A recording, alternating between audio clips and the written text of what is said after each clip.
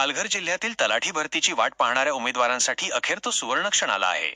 PESA क्षेत्रातील 17 संवर्गातील भरती प्रक्रियेला आता गती मिळाली असून जिल्हाधिकारी कार्यालयाने नियमित नियुक्तीचे आदेश जारी केले आहेत.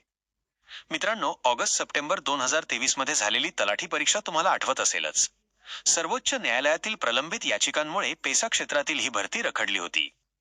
सुरुवातीला या उमेदवारांना मानधन तत्वावर घेण्यात आले होते, पण आता सर्वोच्च न्यायालयाच्या निर्देशानुसार आणि शासन निर्णयानुसार आता भरती नियमित करण्यात येत आहेत.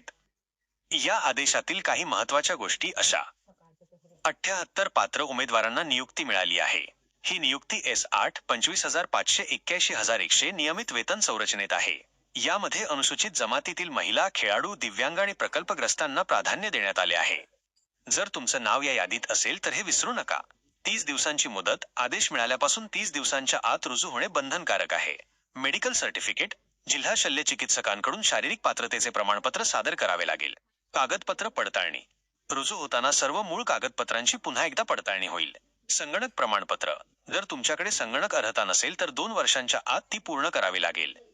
ही नियुक्ती तात्पुरती असली तरी तुम्हाला 6 महिन्यांचे पायाभूत प्रशिक्षण पूर्ण करावे लागेल.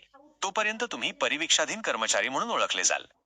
पारदर्शक प्रक्रिया आणि गुणवत्तेच्या जोरावर पालघरच्या महसूल विभागात रुजू होणाऱ्या सर्व नवनियुक्त तलाठी मित्रांना खूप खूप शुभेच्छा.